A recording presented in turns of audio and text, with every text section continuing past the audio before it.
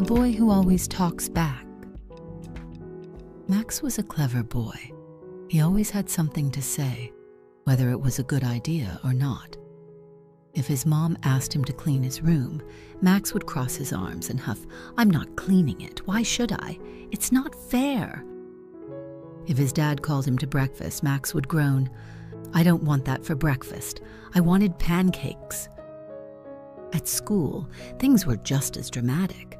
When his teacher asked him to be quiet, Max would shout, "Why do you always pick on me? I wasn't even talking." And if his friends wanted to play a game that wasn't exactly what Max had in mind, he'd say, "I don't want to play that. I want to play my game, not yours." At first, it felt kind of powerful.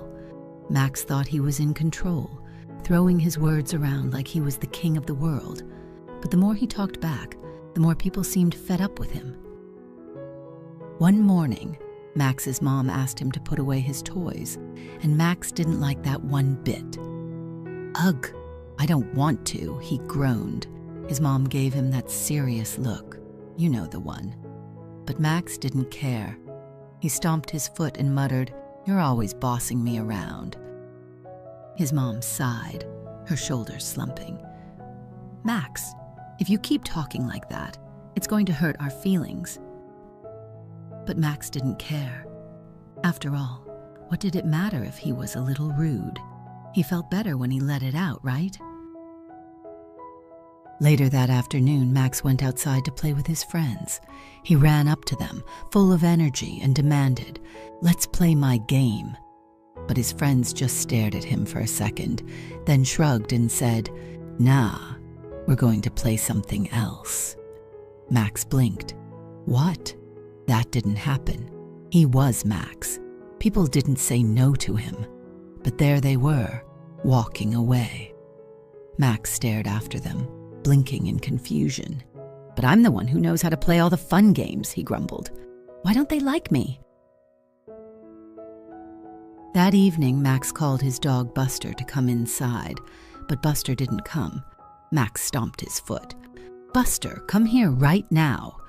But instead of wagging his tail and rushing over, Buster turned and trotted off toward the bushes, completely ignoring Max.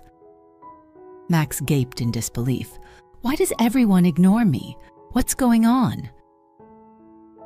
Feeling very annoyed, Max went back inside and tried to talk to his mom, but she just gave him a tired smile and said, "Okay, Max, let's try to do better tomorrow." Max didn't feel like doing better. In fact, he was starting to feel kind of grumpy. Why didn't anyone ever just listen to him? Was he really that bad? That night, Max fell into a deep sleep, and oh, what a sleep it was. Boy, was it a strange one. Max woke up in a world that looked nothing like his room. Everything around him seemed to bounce and jiggle like jelly. The trees were swaying like they had too much coffee, and the sky was a swirling mix of purple and orange. Max thought he was dreaming, but it felt so real. He opened his mouth to say something, and boing, the words shot out like rubber balls. "I don't want to do this," he yelled. And the words bounced right back at him, hit his hand. Boom!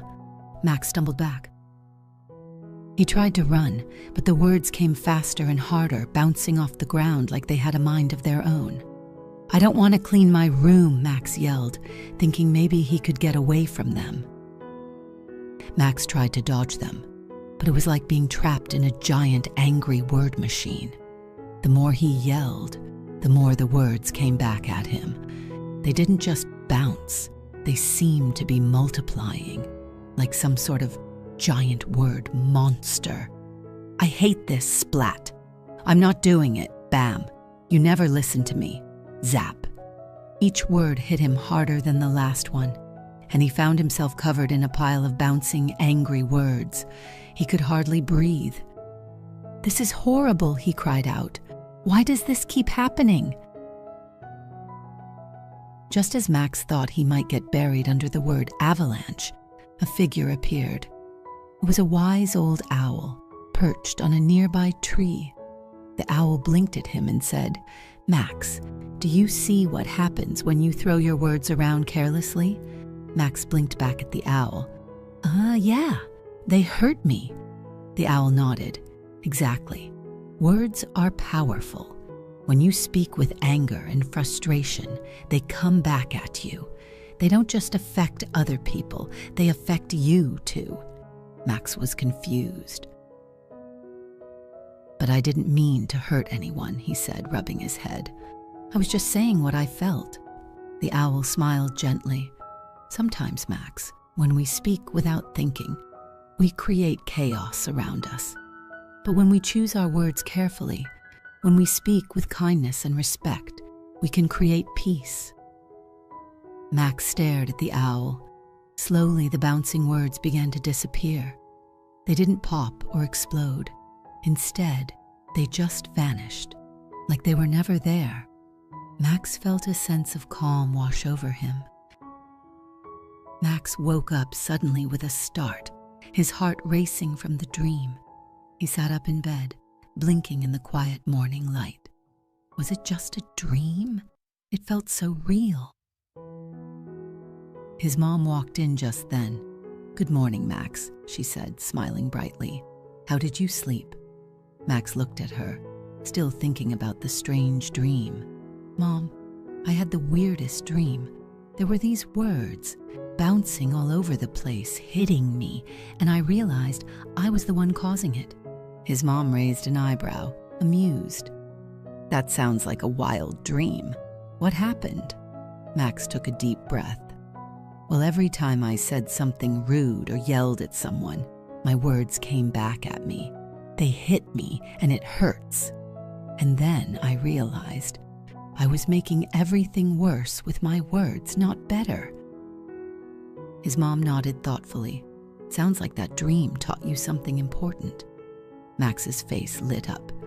"Yeah, I think it was trying to show me that when I talk back or say mean things, it doesn't just hurt others, it hurts me too. I never realized how powerful words are until they came flying back at me like 1,000 angry boomerangs." His mom smiled warmly, sitting down beside him. "That's a great way to put it. When we use words carelessly, they can come back to hurt us.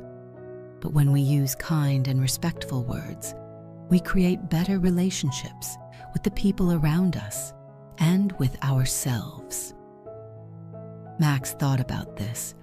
"I don't want to make things worse anymore, Mom. I want to be more careful with my words. I want to make people feel better, not worse." His mom gave him a big hug. "I'm proud of you, Max. It's not always easy, but I know you can do it." That morning, Max was asked to clean his room. Normally, he would have groaned and complained, but this time he looked around, then said, "Okay, Mom, I don't really want to, but I know it needs to be done. Can we do it together later?" His mom grinned. "That sounds like a great plan, Max." Later, when Max went outside to play, he smiled and said, "Can I join your game, guys?" His friends smiled back and said, "Of course, Max, let's play." And when Max called Buster to come inside, he said softly, "Come here, boy." This time, Buster came running, wagging his tail. Max smiled to himself. This felt good. His words were no longer bouncing back at him. They were connecting him with people and even his dog. From that day forward, Max was careful with the words he spoke. He knew they had the power to make people feel good or bad, and he chose to use them wisely. No more bouncing words, no more hurtful things, just kind, respectful words that made the world a little brighter for everyone, including himself. The end.